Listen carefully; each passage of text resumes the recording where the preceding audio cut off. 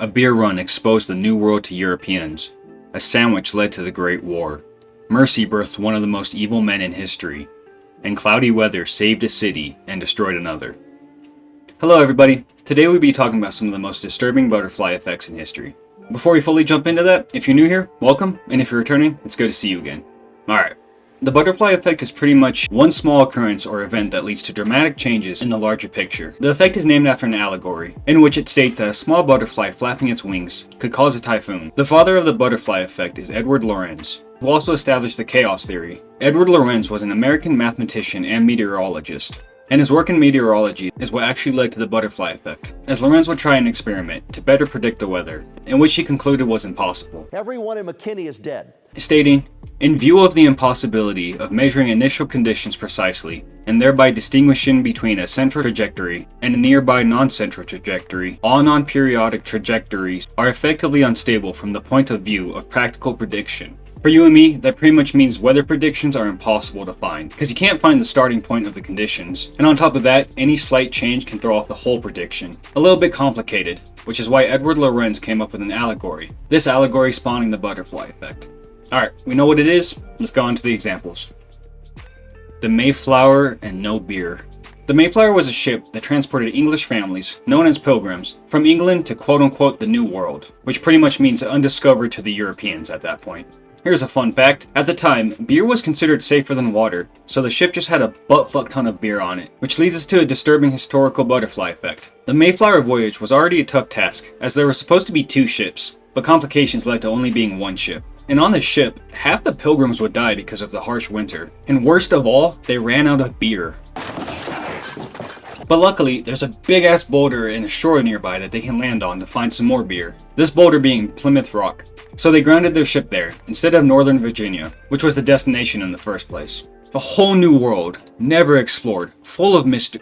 What are those people doing here? Oh, well luckily they're nice people. They taught us how to farm and survive. And this is how America was founded. The Pilgrims wouldn't have survived if it wasn't for the Native Americans' help who had already settled in this land. Because you have to remember, supplies were low on the Mayflower. Obviously beer was out, but other things were going out as well. So as a repayment to the Native Americans for the help for just pretty much letting them live, they received plagues and diseases, and eventually would have their land taken from them.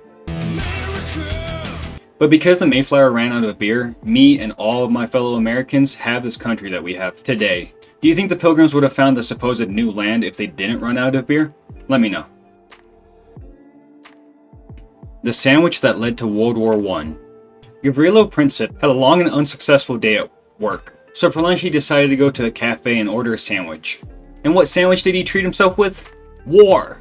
Sorry, not yet. I don't know what sandwich he got. As he was about to bite into his unknown sandwich, a car stalled outside of the cafe. This car held Archduke Franz Ferdinand of Austria, the heir presumptive to the throne of Austria-Hungary, which was quite the coincidence, seeing how Gavrilo had attempted to assassinate this man earlier on that day. Well, a couple people actually tried to assassinate him, like a group, a little fun boy band group. This group was known as the Black Hand, which was a secret military society formed in 1901 by the officers in the army of the Kingdom of Serbia. The assassination took place when Archduke Franz Ferdinand and his wife Sophie had taken a trip to visit Bosnia capital of Sarajevo. The Black Hands had 7 people supposedly ready to kill the Archduke on his path down to City Hall. They knew the route because they had been posted to the public, which is pretty smart. Even though by all accounts, the Archduke knew that this trip was dangerous, stating, "Our journey starts with an extremely promising omen." But even with the wary feelings, the security didn't really give a shit, as reportedly they were more focused on the dinner menu, rather than security. The 7 from the Black Hand were en route, spread out ready to kill the Archduke, with one attempting to throw a bomb at the Archduke's car. Miraculously, the bomb would bounce off and hit the car behind them. So I guess it's not really a miracle if you were the car behind them, but no one died. At least, for now. But so far the Archduke and his wife were A-OK. So much so that they continued on to City Hall with their meeting. After the event, they decided to change plans to go visit the wounded. And during this time, Gavrilo Princip went to the sandwich shop. As the Archduke left, the Archduke's chauffeurs got lost, as he had not been familiar with the area. And who would notice this lost car other than Gavrilo Princip, who put down his half-eaten sandwich, walked over to the car that held the Archduke and his wife, and shot twice, striking and killing the Archduke and his wife Sophie, on June 28, 1914.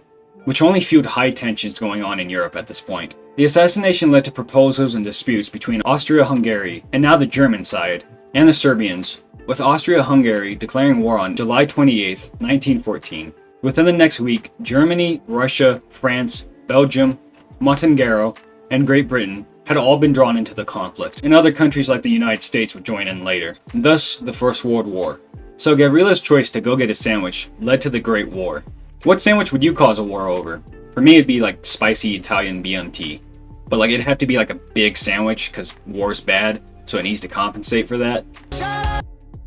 Mercy shown to the worst person. World War I saw roughly 20 million casualties and roughly 21 million injured, with chemical and new mechanical feats being introduced. The brutality of this war was felt for centuries, and would even set the base for another world war. The Great War was brutal. However, every once in a while, mercy and grace is shown. Henry Tandy, one of the most decorated private soldiers in World War I, was known for his mercy, as he wouldn't kill unarmed, injured soldiers. But at the 5th Battle of Ypres, Henry Tandy would show mercy to Adolf Hitler. Now I need to say this is all alleged. However, it comes from Hitler, so take that as you will. When in Hitler's study, he was asked about this portrait, and Hitler pointed to a soldier carrying an injured soldier, stating, "That man came so near to killing me that I thought I should never see Germany again." That man was Henry Tandy. Now the alleged comes from the fact that there isn't confirmation that Hitler actually said this. And the painting that Hitler supposedly refers to depicts the Battle of Mine Crossroads. And during that battle, Henry Tandy was injured pretty badly, so there would be blood all over his clothes. So it's unlikely he would have been illustrated perfectly fine. While the mercy shown by not killing an unarmed man, only leading to that man becoming one of the worst people in history, is all alleged, the contrast of mercy and humanity versus what Hitler would become later on and do, is why it gets its spot on this list. If you ever thought about the theoretical moral situation about ending Hitler before he was... You don't have to do what Deadpool did. Oh yes, you're already practicing your little salute, huh? Just travel back to when he was a young man in World War I and then bada bing bada boom.